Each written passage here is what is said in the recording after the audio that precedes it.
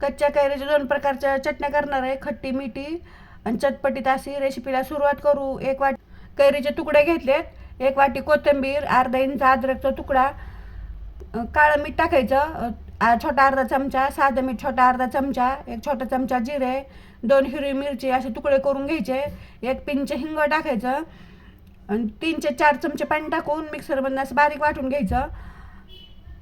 जास्त पाणी वापरायचं नाही. बघ मिक्सरमधनं काढून घेतली, मस्त अशी हिरवीगार आपली चटणी तयार झालेली.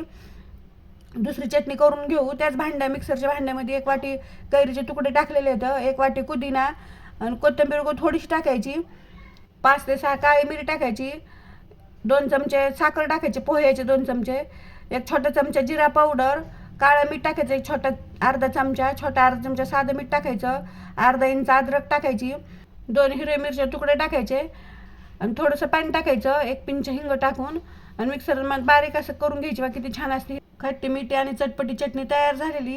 दोन्ही चटण्या कलरला सारख्या दिसतात पण खायला खूप छान लागतात.